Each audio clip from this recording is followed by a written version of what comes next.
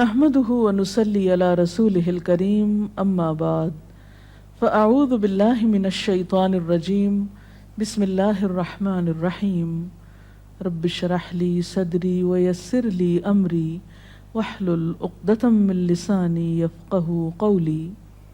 ہماری آج کی گفتگو کا موضوع ہے صبر و برداشت۔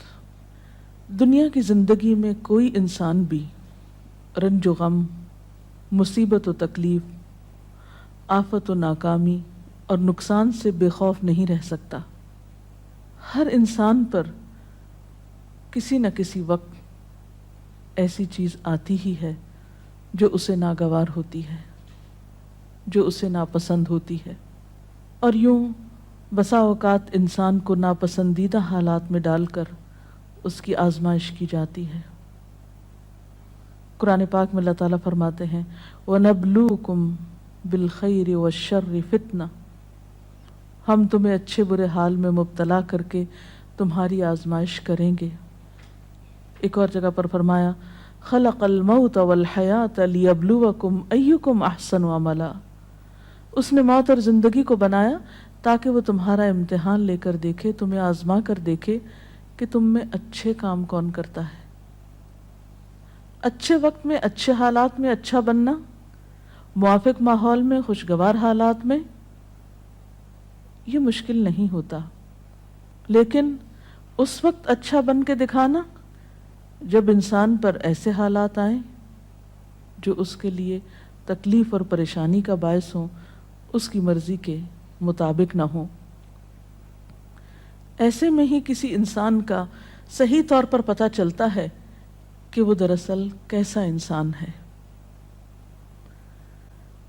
اب جب بھی کوئی مشکل آتی ہے یا مصیبت آتی ہے تو اس وقت انسان کے سامنے دو راستے ہوتے ہیں۔ ایک تو یہ کہ اس مشکل یا مصیبت کا صحیح طور پر مقابلہ کرے، اس میں مثبت رویہ اختیار کرے، صبر سے کام لے، اور دوسرا راستہ یہ کہ انسان اس پر چیخے چلائے، پریشان ہو، حواس کھو بیٹھے، مایوسی کا شکار ہو۔ اب ان دونوں راستوں کو دیکھ کر آپ خود فیصلہ کر سکتے ہیں کہ کون سا راستہ آپ کے حق میں زیادہ مفید ہو سکتا ہے۔ کسی بھی آنے والی مشکل یا آزمائش کو اگر انسان رب کا فیصلہ سمجھ کر قبول کر لیتا ہے تو اس صورت میں انسان کے اندر صبر آ جاتا ہے، اور اگر انسان مایوس ہوتا ہے، اس فیصلے کو قبول نہیں کرتا، اللہ سے ناراض ہوتا ہے، تو حاصل کچھ بھی نہیں ہوتا، اس اجر کو بھی چھوڑ بیٹھتا ہے جو صبر کی صورت میں اسے اس مصیبت پر مل سکتا تھا، اس سے بھی ہاتھ دھو بیٹھتا ہے، اور دوسری طرف مسئلہ حل بھی نہیں ہوتا۔ اس کے برعکس جو لوگ مصیبت پر صبر کرتے ہیں ان کے بارے میں قرآن پاک میں آتا ہے وَبَشِّرِ الصَّابِرِينَ الَّذِينَ إِذَا أَصَابَتْهُمْ مُصِيبَةٌ قَالُوا إِنَّا لِلَّهِ وَإِنَّا إِلَيْهِ رَاجِعُونَ أُولَئِكَ عَلَيْهِمْ صَلَوَاتٌ مِّن رَّبِّهِمْ وَرَحْمَةٌ وَأُولَئِكَ هُمُ الْمُهْتَدُونَ، اور خوشخبری ان لوگوں کو دیجیے جو مصیبت پر صبر کرتے ہیں اور کہتے ہیں کہ ہم اللہ کے ہیں اور اللہ ہی کی طرف ہمیں واپس جانا ہے۔ ان لوگوں پر ان کے رب کی طرف سے بڑی عنایات ہوں گی اور اس کی رحمت ہوگی، اور ایسے ہی لوگ راہ ہدایت پر ہوتے ہیں۔ گویا مصیبت کے وقت صبر کرنے والا اللہ تعالیٰ کی خاص رحمت اور عنایت کا مستحق ہو جاتا ہے۔ یہاں ایک سوال یہ پیدا ہوتا ہے کہ اگر انسان اللہ تعالیٰ کا محبوب ہے اور اللہ تعالیٰ اپنے بندوں سے پیار کرتا ہے تو پھر انہیں مشکل میں کیوں ڈالتا ہے، ان کا امتحان کیوں لیتا ہے؟ تو بات یہ ہے کہ دنیا میں بھی امتحان کے بغیر انسان کی اصل قدر و قیمت سامنے نہیں آتی۔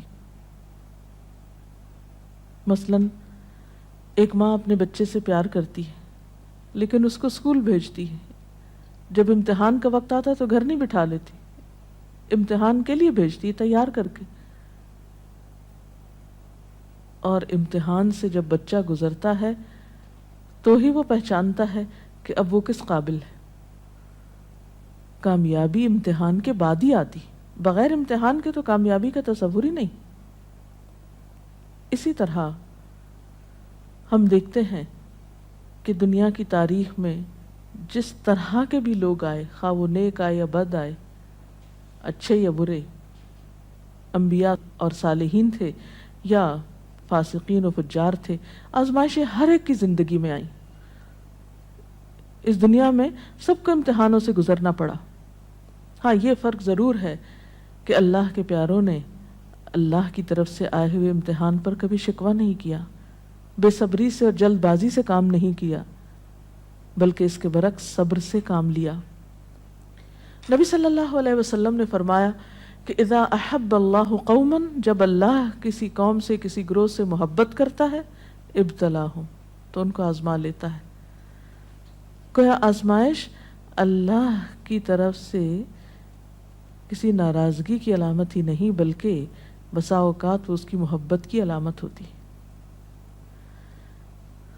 پھر فرمایا کہ جو شخص اس پہ راضی ہو جاتا ہے اللہ اس کے لیے راضی ہو جاتا ہے، اور جو ناراض ہوتا ہے اللہ تعالیٰ اس سے ناراض ہو جاتا ہے۔ لیکن وہ لوگ جو کسی بھی دکھ، تکلیف اور آزمائش کے وقت صبر کرتے ہیں تو ان کے بارے میں خوشخبریاں بھی ہیں۔ ایک جگہ پر آتا ہے ان اللہ مع الصابرین، اللہ صبر کرنے والوں کے ساتھ ہے۔ وبشر الصابرین، صبر کرنے والوں کو بشارت دے دو۔ اور قیامت کے دن تو صبر کرنے والوں کا اجر بے پناہ ہے۔ حدیث میں آتا ہے قیامت کے روز دنیا میں عافیت سے رہنے والے جب آزمائش میں مبتلا لوگوں کے اجر کو دیکھیں گے، یعنی قیامت کے دن جو ان کو اجر ملے گا اس کو دیکھیں گے تو تمنا کریں گے کہ اے کاش دنیا میں ہماری جلد کینچیوں سے کاٹ دی جاتی اور ہم بھی صبر کرتے اور آج ہمیں بھی اتنا بڑا اجر ملتا۔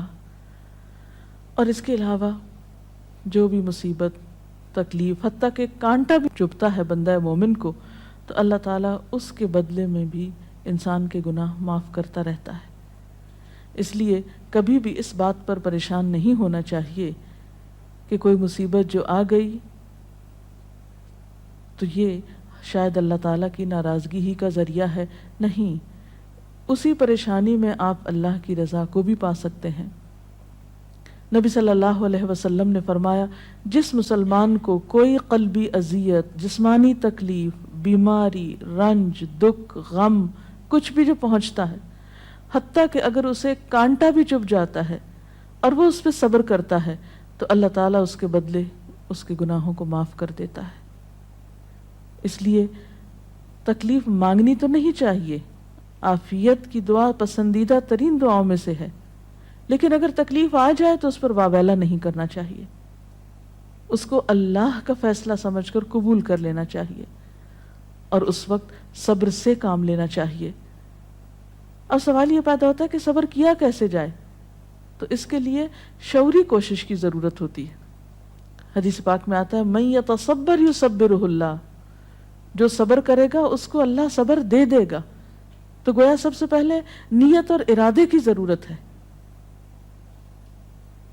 اللہ کے فیصلے کو قبول کرنا، ایکسپٹ کر لینا کہ جو ہونا تھا ہو گیا، آپ اسے تبدیل نہیں اب کر سکتے۔